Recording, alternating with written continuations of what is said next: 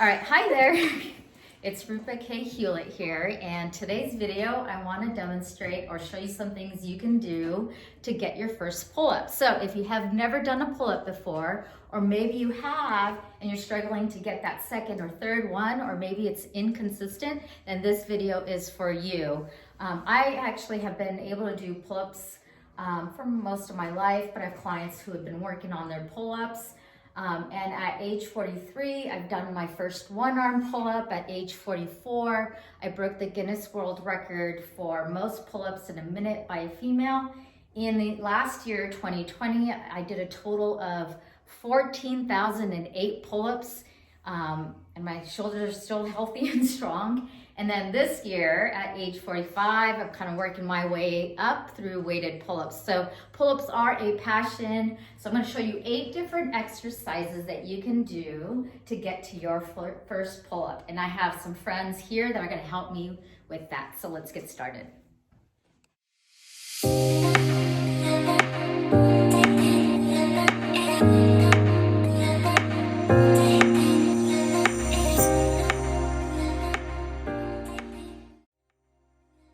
So the very first exercise number 1, is something that I use religiously every single time that I do pull-ups. I call it the shoulder warm-up. Some people call it the rotator cuff warm-up. It basically strengthens and stabilizes the 4 muscles of the rotator cuff.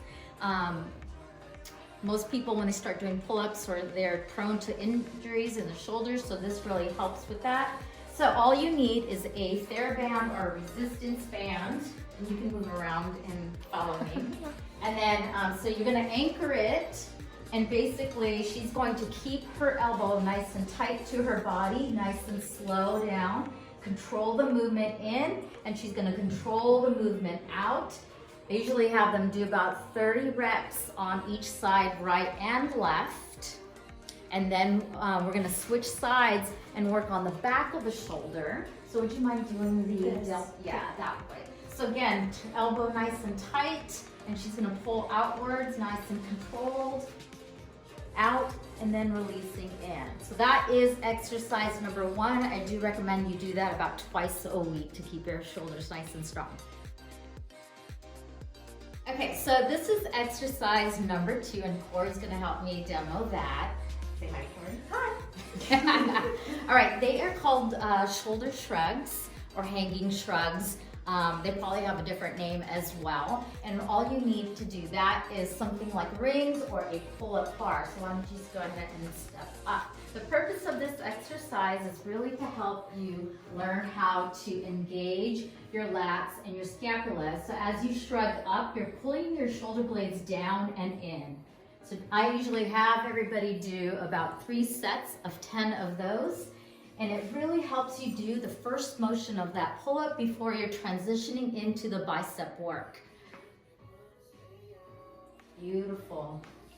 And down and in, down and in. If you do need an assistance band to do the shrugs, you can always do that.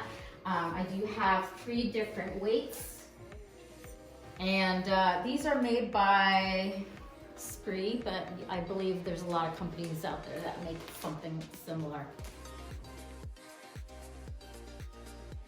All right, so here we are on exercise number 3, hollow body rocks. So this is a core exercise, but basically you're going to lay down flat on the floor, legs extended, arms overhead.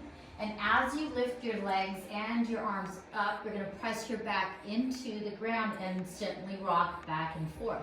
Notice that she's using her core to stabilize. And the reason why these are great for pull-ups is because you kind of see the C shape. That is basically the same shape that you wanna maintain by holding your core tight while you're doing a pull-up. So 10 rocks, 3 sets, those should be good, maybe twice a week, and you're going to end up building that core strength that you need to engage the entire body while you're doing that pull-up. Okay, so this is exercise number 4, pull-up negatives. So this is going to build eccentric strength that you need to do the pull-up. So she's going to jump up all the way over to chin over the bar, and then slowly lower herself 8-10 seconds until she reaches the bottom in a contracted position, similar to the shrugs. So you can release, and then I want you to do that again. And then slowly lower, nice and controlled. 5, 4, 3, 2, and 1. So I do recommend doing those maybe 3 sets. Maybe do your max. So maybe 1 week it's a max of 5, maybe the next week you can get more. And you can use resistance bands to help you do that also. You know, she was just doing the pull-up to get up to chin over the bar, but you can definitely stand on something and then jump up into that position so you have exerted less strength there, and then slowly lower. All right, this is exercise number 5. We are gonna do something that we call 5-5-5s. Very similar to a Frenchie, but without those extra pull-ups in between. Corey's gonna step up. You need a pull-up bar, or you could do it on the rings as well. Let's go ahead. She's gonna get her chin up all the way to the top of the bar, and she's gonna hold that for 5, 4, 3, 2, 1. Lower down to where her elbows are 90 degrees and hold for 5, 4, 3, 2, 1, and then lower down to that bottom of that shrugged position and hold for 5, 4, 3, 2, and 1. Thanks. You're probably holding way longer than the 5 seconds because I had to introduce it, but nice job. That will definitely help you get stronger. What that is going to do is help you build the isometric strength that you need at every single position in and during that pull-up, here and then here. So that will definitely help you get stronger. She did not need the bands, but if you do need to work your way up, because we are doing our very first pull-up, grab 1, 2, all the bands that you have, and you can do the same thing with the bands itself, all right? All right, this is exercise number 6. We're actually just gonna do the pull-up, but we're gonna do it assisted. So we have bands set up. She's already set up with 1 foot. You can probably use 2 feet also if you wanted. She's gonna go ahead and grab the bar about shoulder distance apart, and she's just gonna actually just use the bands and pull herself up, chin over the bar, and then lower back down. And she's gonna just do as many sets as she can. This is Skylar, by the way. I haven't introduced her. Nice. Good.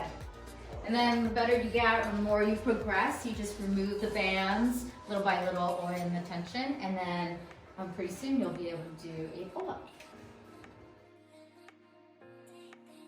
All right, so this is exercise number 7. We're gonna do inverted rows, and just for a change, we're gonna do them on the rings. So we have the rings about head high for her, and she's gonna take her feet out a little bit farther out, lower down, and with control palms facing outward, she's gonna just start rowing. So the good thing about this exercise is it allows you to take some of the weight off by having your feet on the floor. And the way to progress through this work, so it's getting too easy and you wanna make it more difficult, all you have to do is lower the rings. You can also do this on a bar, like on a squat bar or on a Smith machine, just use the bar. But today we're gonna use the rings to do this. So this is definitely gonna help you build the strength and muscle memory that you need for doing the pull-up.